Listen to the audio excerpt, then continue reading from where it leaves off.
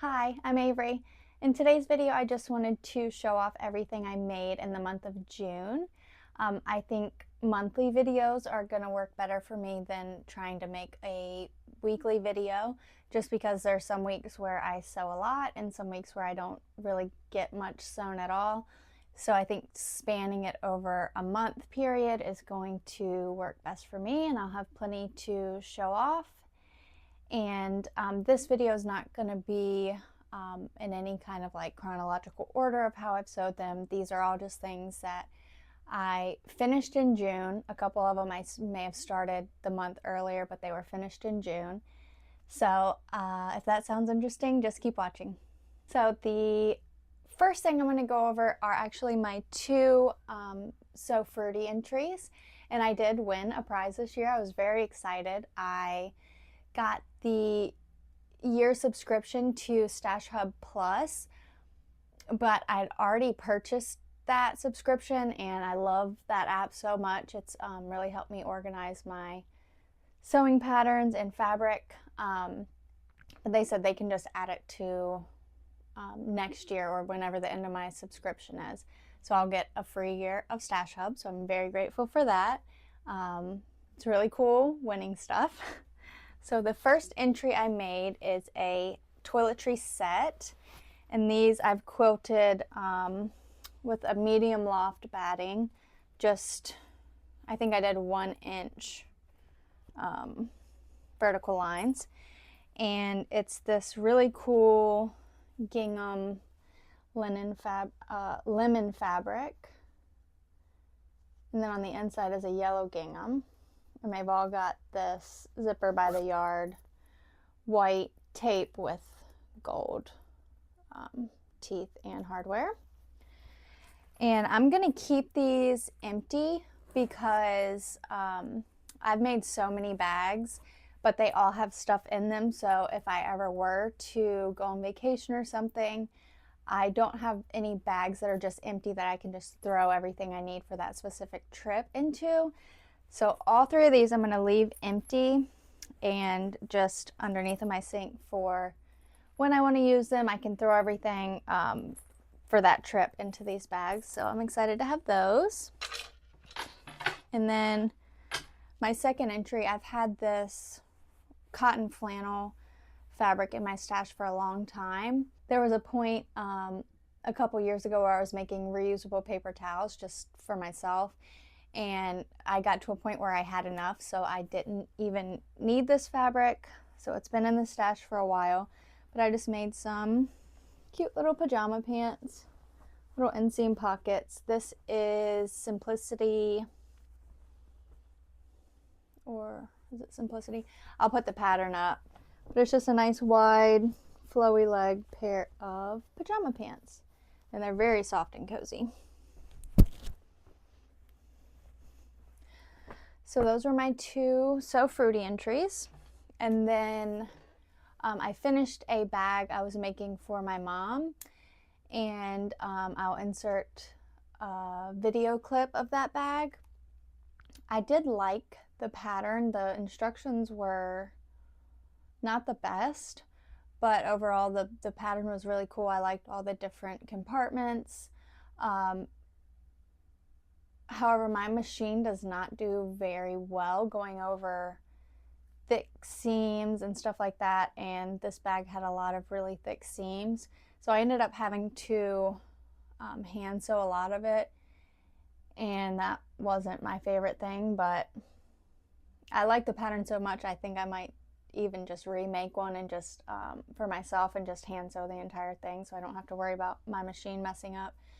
But yeah, this is the bag. She loves it, and it wasn't as bad as I thought it would be, so that's a happy plus. For my dresses, I have this one. It's the Seamwork Micah dress, and this one is actually made out of a curtain panel that I got at a yard sale, and it's got grown-on sleeves and a facing all around the neckline. I didn't do the full length with the hem facing just because this fabric was really tricky to work with, and it snags really easy, and then you can see the snag marks, so I don't know how long this is going to last me, so I'm not going to wear it but so much. But I do love the colors in it. I think it turned out really nice. And then after making this, I made a second Seamwork Micah, and I made that in this Hawaiian fabric I've had that I thrifted a few years ago. It was really cool because it had like a border print, and I knew I could make something out of it, but it just sat in the stash because I don't really go any tropical places or to the beach or anything, so it didn't really suit my lifestyle, the fabric. But then when I made this dress, I thought it would look really good in like a bathing suit cover up just to go to the pool and stuff. So I made this one.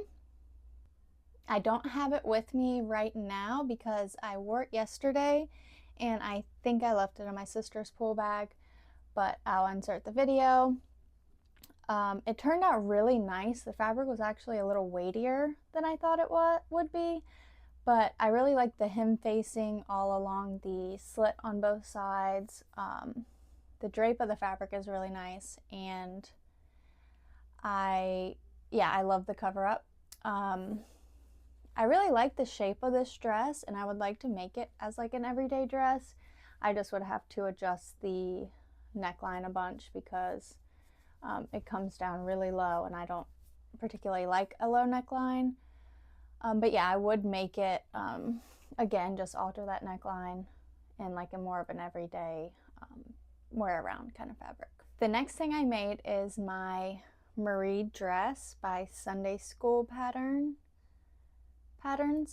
and that dress, I love it so much. I made a toile out of some cotton that I got a long time ago at a yard sale. I got the whole entire bolt for $1, I think it was. So I used that for all of my muslin toile practice garments, and so I made that. I'll insert the video of me trying that on, and you can see where there was some gaping in the chest, but other than that, the pattern fit me perfectly. And in order to fix the gaping in the chest, how did I do? I will insert a visual of how I fixed the gaping on the pattern, and my next one was much better. It was a teeny bit of a gap, but when I stood up straight, it lays flat, so it's perfect. And so I made that toile. I just chopped the length off wherever because I knew I wasn't going to wear it. And my next version was out of this cotton that I've had forever in my stash. I love the little ditzy floral. It's got pink flowers, tiny flowers, all throughout. And this is my wearable toile. When I first saw the pattern, I envisioned it in this fabric here. This was always going to be the end goal, but I thought I would also wear it in this. And a couple things to note: I realized halfway through cutting this pattern out that I did not pre-wash and dry my fabric.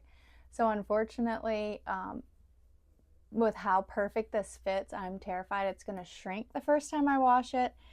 But I'm going to try to get a couple wears out of it before I attempt to wash it, hopefully, if I don't spill anything on myself.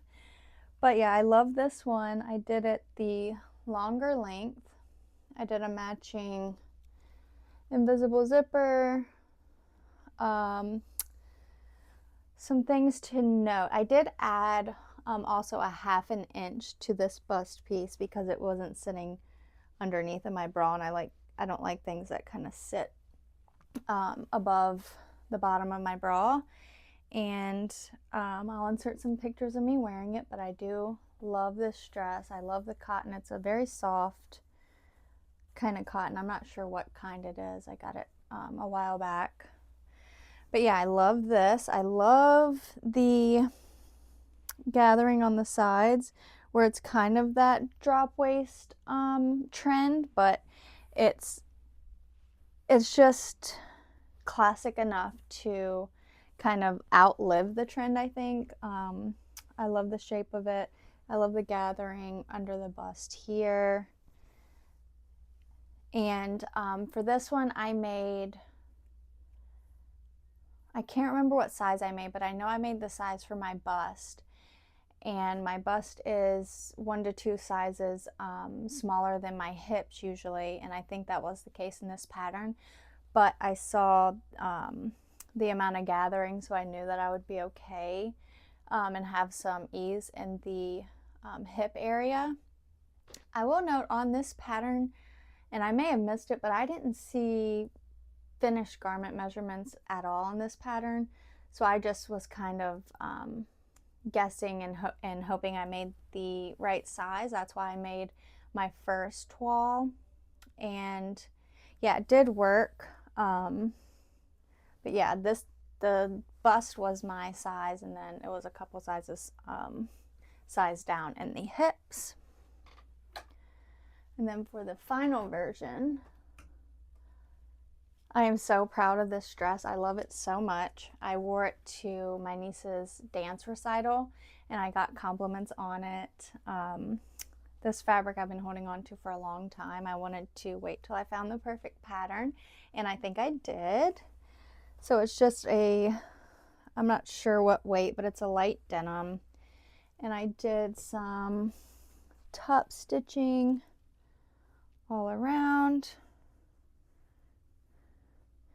And I'll insert some clips of me cutting this pattern out.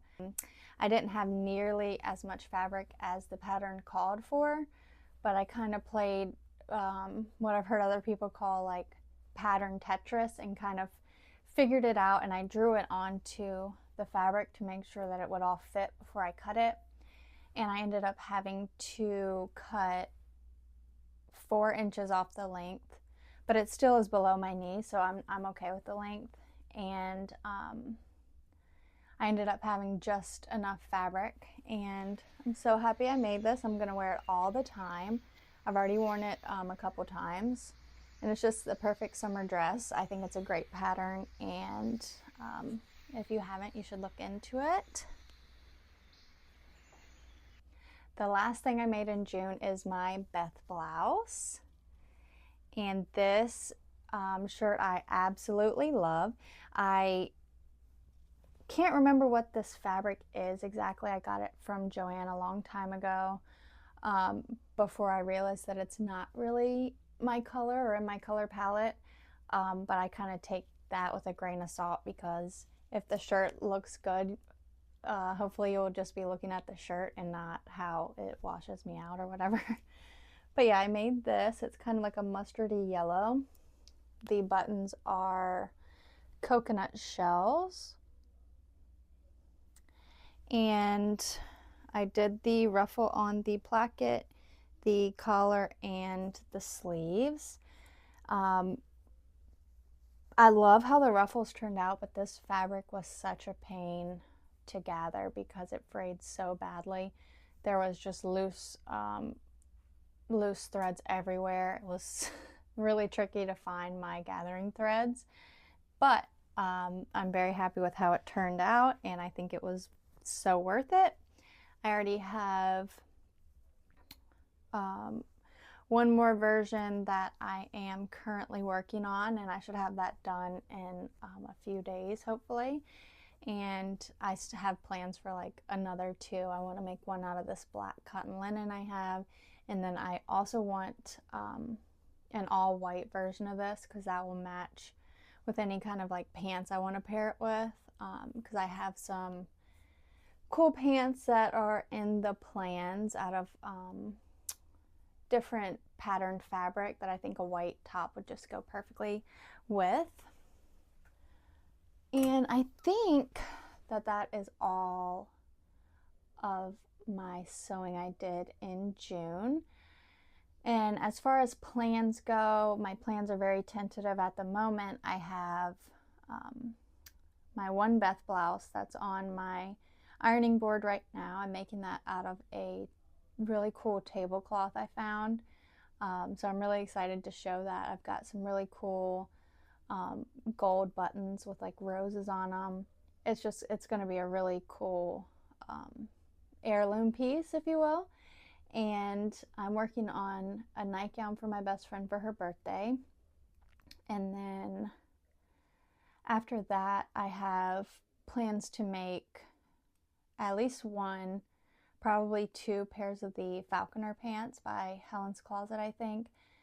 And I love the shape of those. And so those hopefully will get sewn up in July. And other than that, I haven't narrowed down my plans at all. We'll see how much time I get to sew, but I'm really excited for what's to come, and I hope you like this video and will consider subscribing to my channel. And I may do a sew along here and there, but I really want to stick to at least committing to doing monthly videos of my progress, and I hope you can come along for the journey. Thanks for watching.